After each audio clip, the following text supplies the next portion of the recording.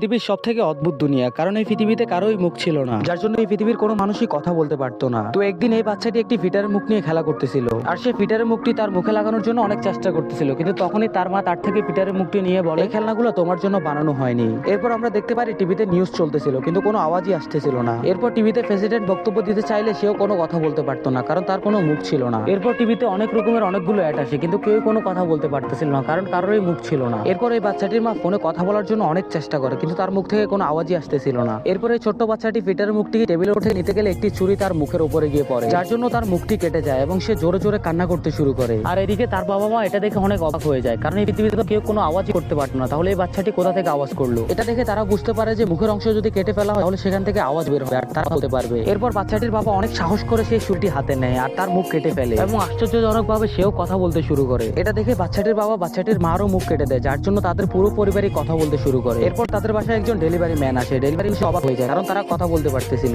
এরপর delivery man তার হাতের বোটা দিয়ে পার্ট 2 দেখতে হলে কমেন্ট বক্সে পার্ট 2 লেখেন।